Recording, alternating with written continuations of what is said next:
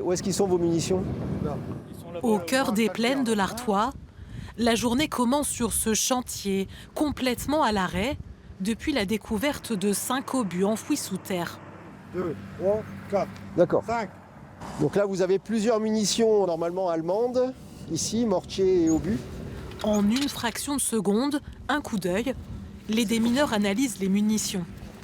Elles sont un tout petit peu dégradées en surface, mais je peux vous assurer que l'intérieur est encore en état de fonctionnement optimal.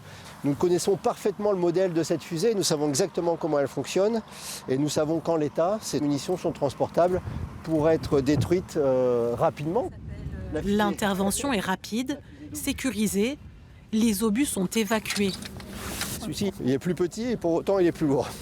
Le fruit de l'expérience, la formation de ces hommes.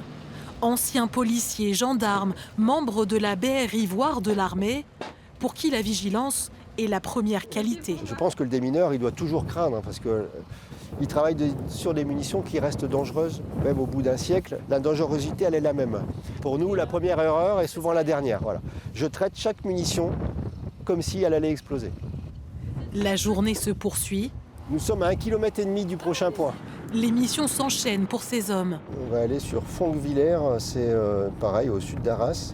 Ils effectuent près de 2500 interventions par an dans la région. On parle quasi essentiellement de munitions de première guerre, parce que nous sommes sur un gros terrain de combat première guerre. Et généralement, tous les ans, on avoisine les 100 tonnes de munitions ramassées et traitées dans tout le Nord-Pas-de-Calais.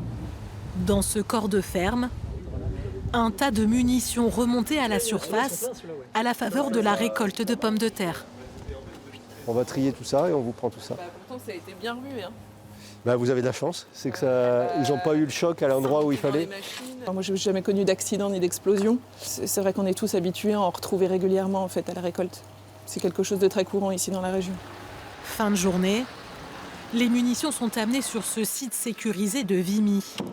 Elles sont triées, rangées, en attendant leur destruction. Ces munitions-là, elles rentrent au quotidien et on peut les stocker pendant 3 mois.